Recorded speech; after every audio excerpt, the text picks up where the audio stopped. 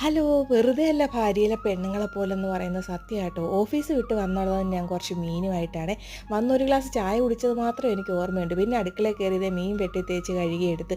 അപ്പോൾ എനിക്കാണെങ്കിൽ കുറച്ച് ദിവസം കൊണ്ട് മീൻ മുളകിട്ടതും മോര് കാച്ചിയതും കൂട്ടി ചോറുണ്ണണമെന്ന് വലിയ ആഗ്രഹമായിരുന്നു. സത്യം പറയാലോ. അങ്ങനെ ഫ്രിഡ്ജിൽ നോക്കിയപ്പോൾ ഒരു കുഞ്ഞു കഷ്ണം കുമ്പളങ്ങ ഉണ്ടായിരുന്നു. അത് വേവിക്കാൻ വെച്ച് കുക്കറിൽ അരിയെ വിട്ടു.